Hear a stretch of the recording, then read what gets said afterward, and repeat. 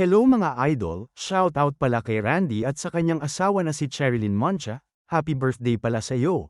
At baka may sobra dyan pahingi naman ng cake at spaghetti.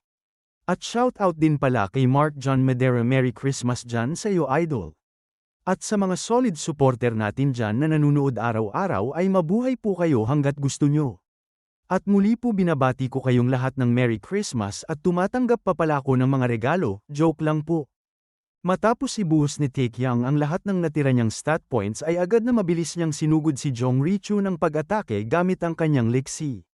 Sa puntong yun ay nagawang sanggahin ni Jong Richu ang malakas na pag-atake ni Taecyeon, ngunit dahil sa tindi ng lakas na paghabyog ni Taecyeon ay mabilis rin siyang tumilapon ng ilang metrong distansya. Dahil dito, nagulat si Jong Richu at hindi makapaniwala sa panibagong lakas ng puwersang tinataglay ni Taecyeon. At dito ay makikita na siya ay dumadaos-dos palayo dahil sa tindi ng pagkapalo ni Taecyeon. Kasabay nito ay tinanong niya ang kanyang sarili kung paano raw ito nangyari. Sa kasunod na galaw ay muli siyang hinabol ng bida at sinubukang hampasin ang bumabagang sibat nito. Ngunit nagawa namang makaiwas ni Jong Richu sa nag-aalburutong galit ni Taecyeon. Matapos nito ay muling kumilos ng napakabilis si Taecyeon para atakihin ang tumatakbo na si Jong Richu.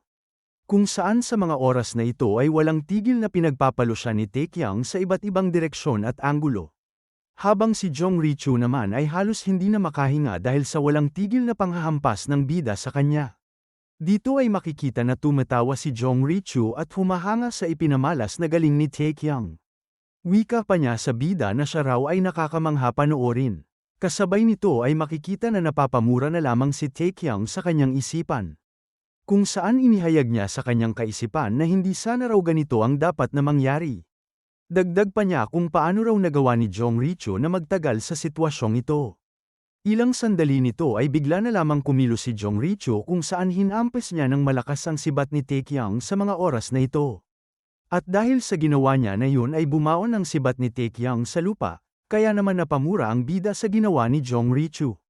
Dahil nabaon ng malalim ang dulo ng sibat ni Taecyeon ay agad siyang hindi nakakilos sa mga oras na ito. At dito ay sinabayan ni Jong Richu ng pagtalon si Taecyeon para magbigay ng kanyang pag-atake sa bida. Dito ay makikita na siya ay sinipa ni Jong Richu sa kanyang mukha, dahilan na siya ay tumalsik sa kanyang tinatayuan. Sa puntong yun ay muling niyanig ang paligid dahil sa mga sigaw at hiyawan ng mga tao. Kasabay nito ay makikita ang bida na nakagapang sa sahig dahil sa tinamong sipa mula kay Jong Richu. Pagkatapos ay agad na lumapit si Jong Richu sa harapan ng bida at nagpahayag sa kanya na dapat niya na raw wakasan ang laban nila. Kaagad namang mabilis na tumayo ang bida at tinutukan ng sibat si Jong Richu. Kung saan inihayag niya sa pagmumukha ni Jong Richu na wala daw siya karapatan na magdesisyon sa katapusan niya. Kasunod nito ay napansin rin ni Taecyeon ang tinataglay na enhanced sword chi ng espada ni Jong Richu, kaya naman napawika ang bida na ang kakayahan ni Jong Richu ay hindi rin pala pangkaraniwan. At dito ay makikita na tinutok ni Jong Richu ang nagliliyab na aura ng sword chi sa mukha ni Taecyeon. Kasunod nito ay sinabihan niya ang bida na pakatatandaan niya raw ang pangalan at palayaw niya na Hidden Dragon ng Shanxi. Ngunit bago pa man makatapos sa pagsasalita si Jong Richu ay agad siyang may napansin sa mga oras na ito. Dito ay makikita na parang mayroong tinitingnan si Jong Richu mula sa malayo, habang si Taecyeon naman ay iniisip na ang enhanced sword chi daw ni Jong Richu ay masyadong napakadelikado. Ngunit habang nasa kalagitnaan si Taecyeon sa kanyang pagmumuni-muni ay bigla na lamang tumalon si Jong Richu ng napakataas. Kung saan sa mga sandaling ito ay nagawa niyang iwanan si Taecyeon sa entablado. Dahil dito, nagtataka si Taecyeon kung bakit bigla na lamang umalis si Jong Richu habang sila ay nasa kalagitnaan pa ng kanilang labanan. Sa puntong ito ay makikita ang galit na galit at sobrang inis na pagmumukha ni Taecyeon dahil sa pagtakas ni Jong Richu. Kaya't sa puntong ito ay tumalon rin ng napakataas si Taecyeon upang habulin si Jong Richu, kung saan minura siya ng bida ng malutong na putang ina. Habang sinisigaw niyang tinatanong si Jong Richu kung saan daw niya binabalak na pumunta. Sa kasunod na galaw ay makikita na sinusubukan siyang hampasin ni Taecyeon ng kanyang sibat. At wika pa niya sa kanyang isip na hindi niya raw alam kung ano ang binabalak ni Jong Richu, pero hindi daw siya pwedeng tumakas matapos siyang bugbugin kanina nang hindi man lang nakakabawi. Matapos nito ay tuluyan nang inihampas ni Taekyang ang kanyang sibat patungo sa kinaroroonan ni Jong Richu. Pero sa kanyang hindi inaasahan ay bigla na lamang tumalon si Jong Richu ng isa pang talon habang ito ay nasa itaas ng ere. At dahil dito ay hindi niya nagawang matamaan si Jong Richu sa pag-ataking yun. At sa kasunod nito ay tuluyan nang nahulog si Taekyang sa itaas ng ere. Habang si Jong Richu naman ay patuloy na tumatalon-talon sa ere upang pataasin pa niya ng lalo ang kanyang paglipad sa ere. Sa sandaling ito ay makikita na parang lumulutang lang si Jong Richu sa itaas kahit na wala itong pakpak. Dahil sa mga ipinamalas na galing ni Jong Richu ay hindi makapaniwala si Taekyang na nagawa pa ring tumalon ni Jong Richu nang walang may inaapakan sa ere. Dito ay makikita na bumulusok na paibaba si Taekyang habang minumura niya si Jong Richu na siya raw ay hinayupak na madayang bastardo. Samantala si Jong Richu naman ay nakalutang pa rin sa ere at desidido sa kanyang pagtakas sa entablado. Sa sandaling ito ay makikita ang imahe ng Fire King sa gilid ng entablado, kung saan unting-unti niyang ginamit ang kanyang palad na apoy. Matapos nito ay tuluyan ng nagalit ang Fire King kung saan ang kanyang apoy sa kamay ay umaapaw dahil sa ginawang pagtakas ni Jong Richu sa entablado. At habang nanlilisik ang mata ng Fire King ay inihayag niya na huwag daw siya nitong susubukan.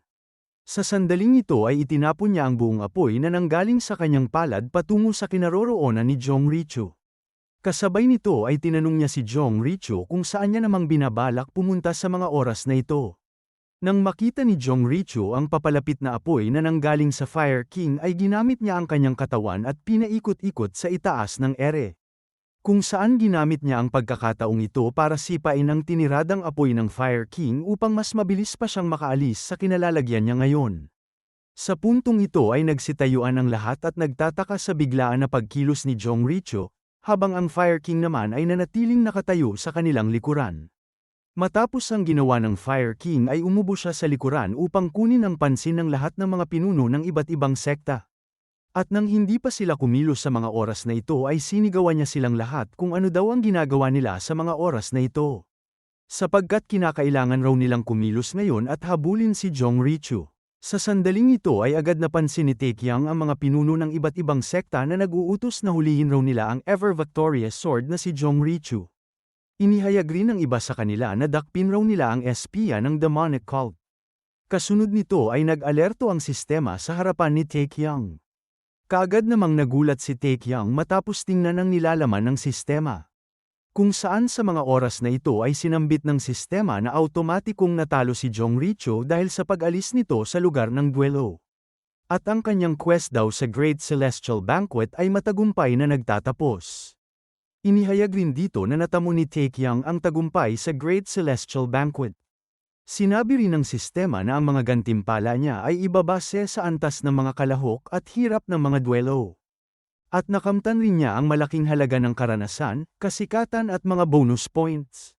Dito ay makikita na nagawang mag-level up ni Taekyang sa mga oras na ito, kung saan iniisip ng bida na nakakabagot na paraan daw ang pagkapanalo niya sa laban. Kasunod nito ay sumisigaw ang Fire King sa mga pinuno ng iba't ibang sekta sa likuran ng bida at inihayag sa kanila na ito raw ay isang emergency. Wika pa niya na kailangan rin daw nilang maghanda ng mga armas at sumunod agad sa kanya. Kasabay nito ay nagpahayag rin ng isa sa kanila na bilisan na raw nila at habulin si Jong Richu at dalhin ang ibang mga tauhan na naka-standby. Sa pagkakataong ito ay mabilis na nagsikilos ang lahat upang habulin ang tumatakas na si Jong Richu. Dito ay makikita ang iba't ibang mga martial artist at pinuno ng iba't ibang sekta na siyang naghahabol kay Jong Richu.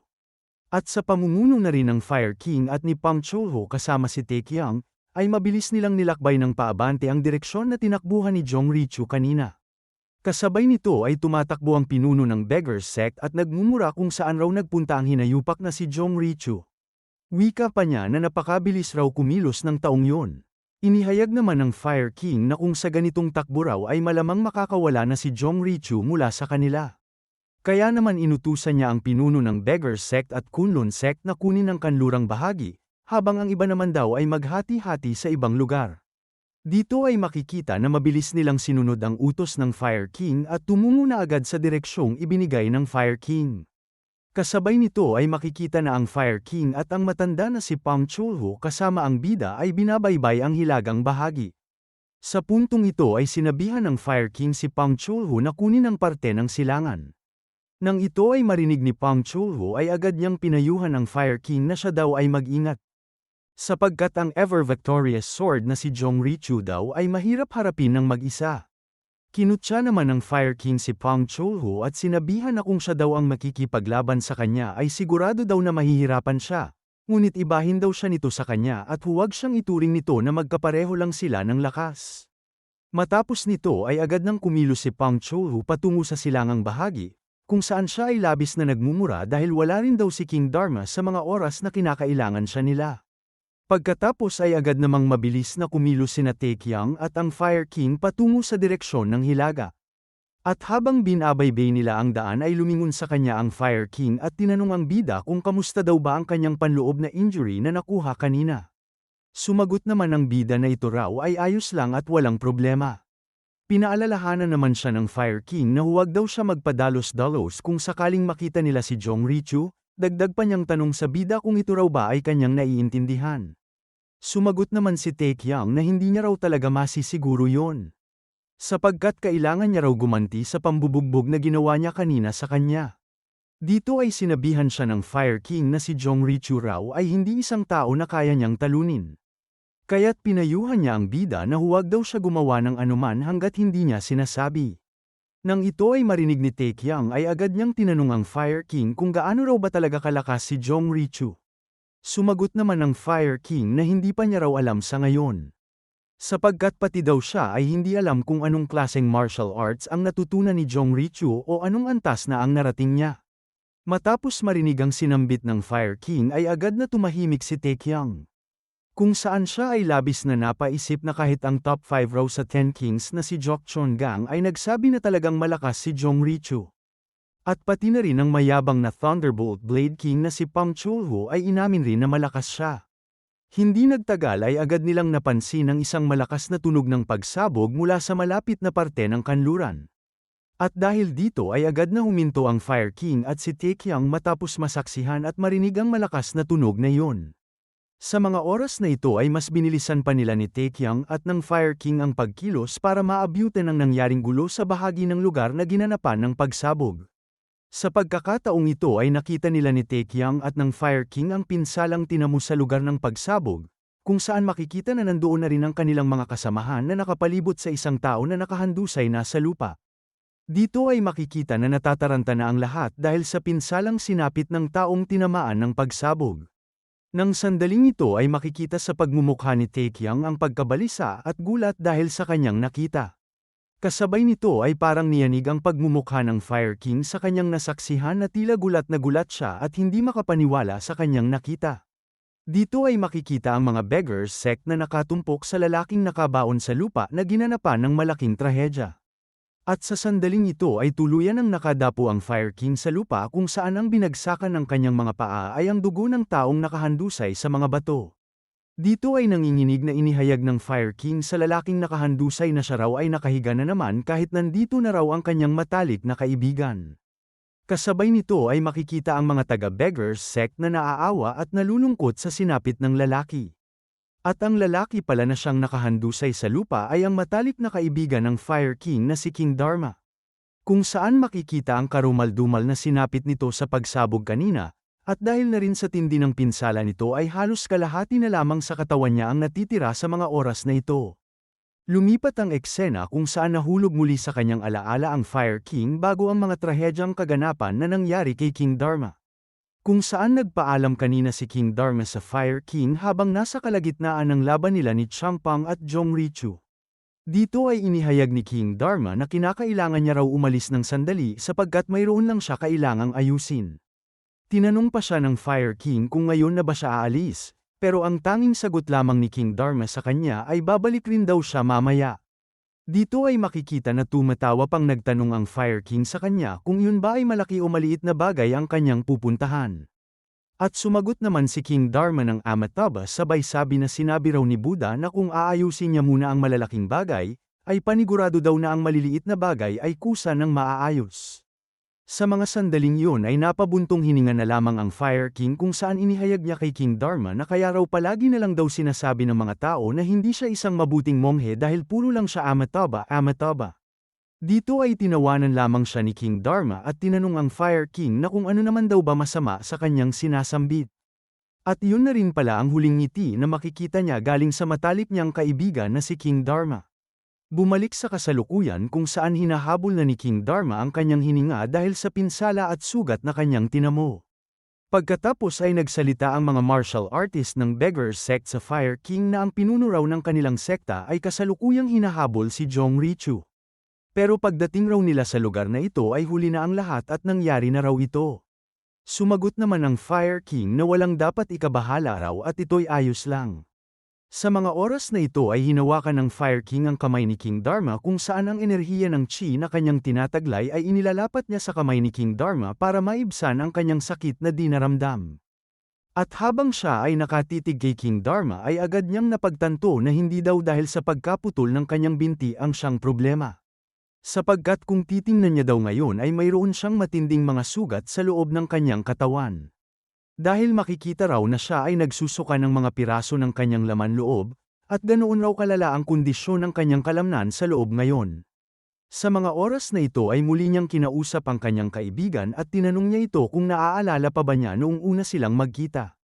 Kasabay nito ay makikita na tila nakikinig pa din si King Dharma sa kabila ng mga matinding sugat na kanyang tinamo. Dito ay pinapaalala sa kanya ng Fire King ang kanilang mga pinagsamahan noon, kung saan nakikipaglaban sila noon sa lahat ng mga masasamang demonic cult sa Gansu. At ang una raw niyang naisip nang makita siya nito ay kung gaano siya kaisang tiwaling klase ng monghe. Kung saan mamimiss niya raw ng labis ang mga kulitan nila noon at agawan ng mga pagkain. Ngunit ang lahat raw ng mga ito ay tanging mga alaala na lang at hindi na maibabalik pa. Inihayag rin niya kay King Dharma na siya raw ay napalapit na sa kanya dahil labis siyang nalungkot sa mga sandaling ito kung saan kailangan na niyang magpaalam sa kanya. Dito ay makikita na muli niyang tinanong si King Dharma kung alam ba niya na siya ang pinakamatalik niyang kaibigan. Matapos marinig ni King Dharma ang mga pahayag ng Fire King, ay bigla na lamang minulat niya ang kanyang mga mata at tiningnan ang Fire King. Sa puntong ito ay lumapit pa ng bahagya ang Fire King sa kanyang kaibigan at inihayag sa kanya na magpatuloy daw siya sa pagsasalita at sabihin ang lahat na pwede niyang masabi. Sa kasunod nito ay makikita na binubulong ni King Dharma ang lahat ng mga nangyari sa kanya, habang sina Taekyang at ang mga Beggar Sect ay nakatayo at nakatitig sa mga pangyayari. Matapos ibulong ni King Dharma ang lahat ng kanyang makakaya na sambitin, ay agad na tumayo ang Fire King sa mga oras na ito kung saan si King Dharma ay tuluyan ng binawian ng buhay.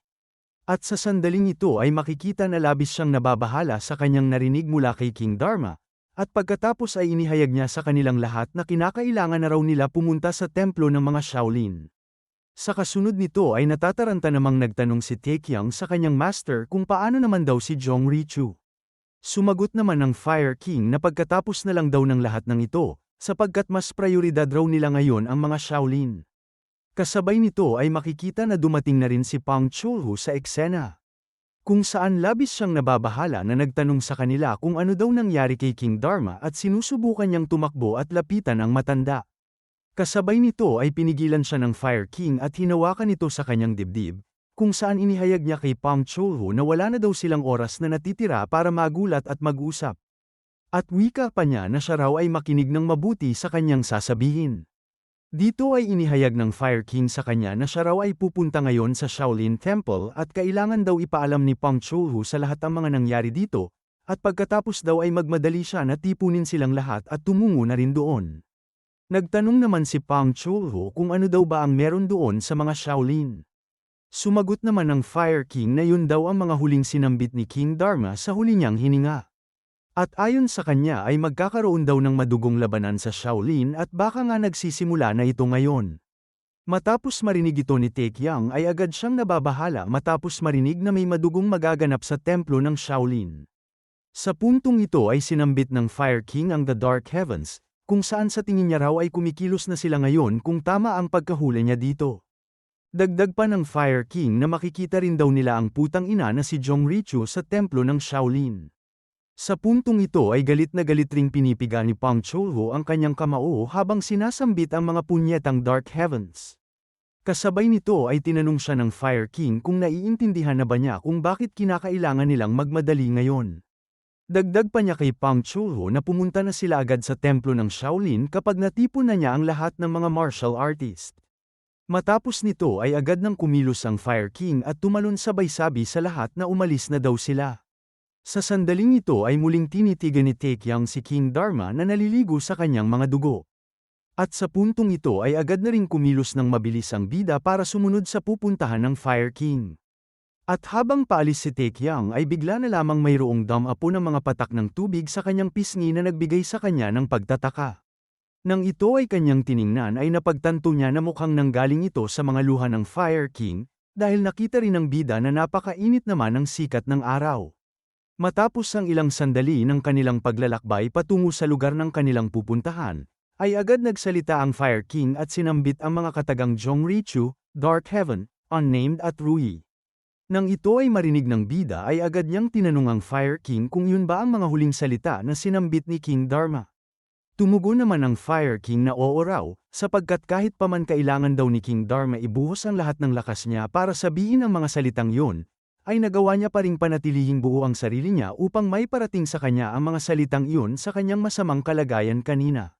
Dito ay tinanong siya ng Fire King kung ano sa tingin niya ang ibig sabihin ng mga sinambit ni King Dharma. Nagsalita ang bida na sa tingin niya raw sa mga unang dalawang salita niya ay nangangahulugang si Jongrichu ay ang The Dark Heaven. Ngunit ang Unnamed at Rui na kanyang sinambit ay hindi niya raw maintindihan. Matapos nito ay tinanong siya ng Fire King kung naaalala ba niya ang disipulo ni King Dharma noon. Sa mga oras na ito ay napagtanto ni Taekyang na ang kanyang tinutukoy na Unnamed ay ang kalbong monghe na walang pangalan at mayroong pinakamalaking katawan. At ang Rui naman daw na tinutukoy ni King Dharma ay tiyak na tumutukoy daw sa divine artifact ng mga Shaolin na mas kilala sa pangalang Green Jade Rui. Sumagot naman ng Fire King na ang Green Jade Rui daw ay isang simbolo ng abot at kailangang dalhin ito ng abot sa lahat ng oras. Nagtataka namang tinanong ni Taekyang kung bakit kaya sinabi yun ni King Dharma sa kanya. Dito ay inihayag ng Fire King na nagawa raw sabihin sa kanya noon ni King Dharma na iniwan niya ang Green Jade Rui niya sa kanyang isang disipulo. Sa sandaling ito ay halos gulat na gulat si Taekyang matapos sambitin ito ng Fire King, at siya ay nagpahayag na ang dahilan pala kung bakit sila pupunta ngayon sa Shaolin imbes na habulin si Jongrichu ay dahil sa mga layunin ng Dark Heaven. Tumugon ang Fire King na tama raw ang iniisip ng bida, sapagkat yun talaga ang tunay na target ng Dark Heavens mula pa sa simula at hindi ang kamatayan ni King Dharma kundi ang Green Jade Rui daw. Sa sandaling ito ay mas binilisan pa nilang dalawa ang pagkilos patungo sa templo ng Shaolin.